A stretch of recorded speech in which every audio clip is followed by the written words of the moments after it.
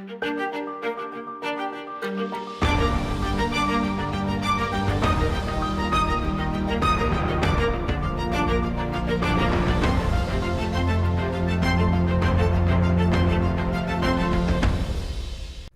to Search for Signs. My name is Gary Willing.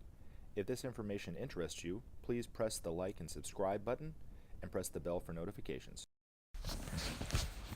Today, I wanted to reiterate again something I brought up in a previous video where I've been talking ongoingly about who I believe Maitreya to be. And that could be different than your belief of who the Christ is, or who the Messiah is, or who the Imam Mahdi is.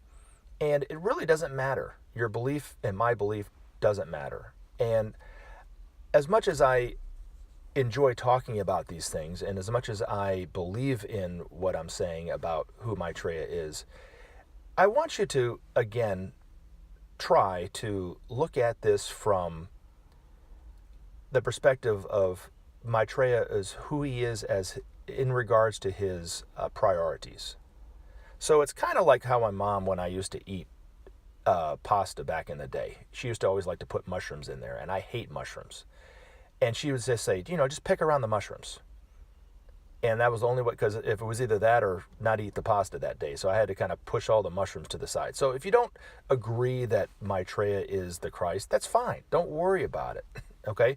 I'm not trying to convince you of anything. The only thing I want to share is that he is more than that. It's who he is and what his priorities are for the world. And his priorities are for the world, the first two are establishment of peace and the inauguration of a system of sharing. And we look at the world and we see all the wars, we see all the arms conflicts all over the world, and we think there's just no way, right? Well, according to Maitreya, the path to peace is very simple. Now, it's not easy, but it's a lot simpler than you might realize. And I know I'm going to say this is going to sound kind of funny, but because it is quite hard to achieve given the differences and the diversities in the planet. But what we need to do is establish justice in the world.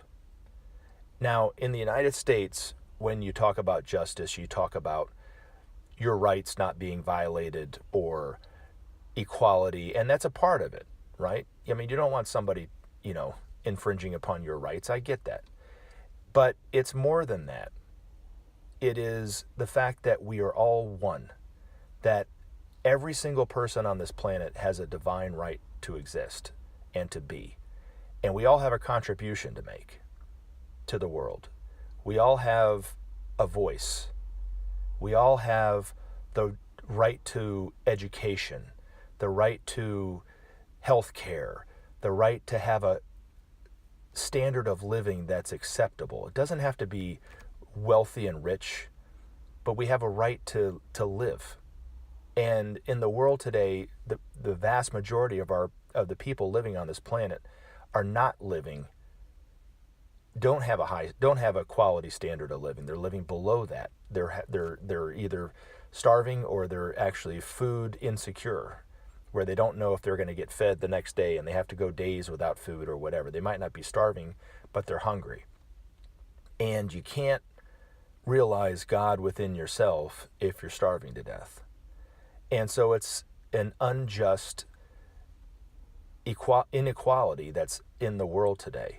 And from what Maitreya is saying is the way to resolve that situation, we need to inaugurate a system of sharing. Now, you might say, if you're living in the United States, oh my God, that sounds like communism, or they're going to come and take all the money out of my account. Nothing could be further from the truth. It's not communism. Communism, from the standpoint of Russia, was nothing more than state-sponsored capitalism, where everyone contributed back to the state and the state made all the money. That's not what we're talking about here. What Maitreya is talking about is taking the best of socialism and the best of capitalism and putting it into a whole new economic system. He says it's like two wheels on the same cart. If you have only capitalism and not socialism, it's like you're trying to push the cart and it's only going around in a circle. And if you have the best of socialism, all of socialism and no capitalism, it's the same way. It's like you're pushing the cart and nothing's going on. So he's not talking about communism of circa 1950s Russia. That's not what he's talking about. He's saying that, in fact, actually, if you look at history, something that really isn't touched on in the schools in the United States, because I learned about it through reading Benjamin Creme's books. I didn't even read about it in my high school American history. But back in the 40s, right after World War II, he became the Secretary of State, but he was one of the Joint Chiefs of Staff. His name was George C. Marshall, and he was one of the generals of World War II. And he came up with a plan. He devised a plan that could help economically the war-ravaged, torn Europe. And what he did was, it was a lease lend kind of thing, where we took the excesses that we had here in the United States and we gave it freely to our allies in Western Europe. And they actually, even though they were war-torn and destroyed, they had a little excesses, and they gave us whatever excesses they had that we needed. And it was given freely. And it totally transformed the economies, not only of Western Europe, but even of the United States. And as Jesus says, a tree is always known by its fruit. Don't listen to what they're saying. Don't listen to look at what they're doing. What fruit is the tree producing? And not only did it help the economies of both of the Western, European nations and the United States, but in the end, those are the nations that we trust, the United States trusts the most. They're our closest allies. We're the ones that we instituted this program with. And today there's a lot of distrust among nations, and especially nations that don't believe what we believe, and so forth and so forth.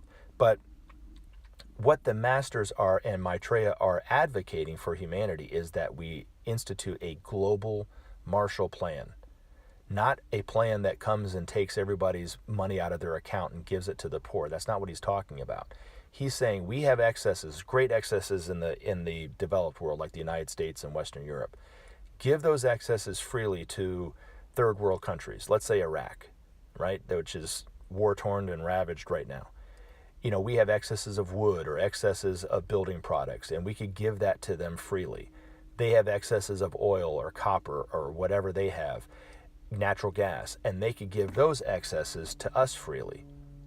They would still have their own reserves that they could sell and make money with, but any excesses that they don't need for that year or month or whatever, they could give freely to the United States or to other countries.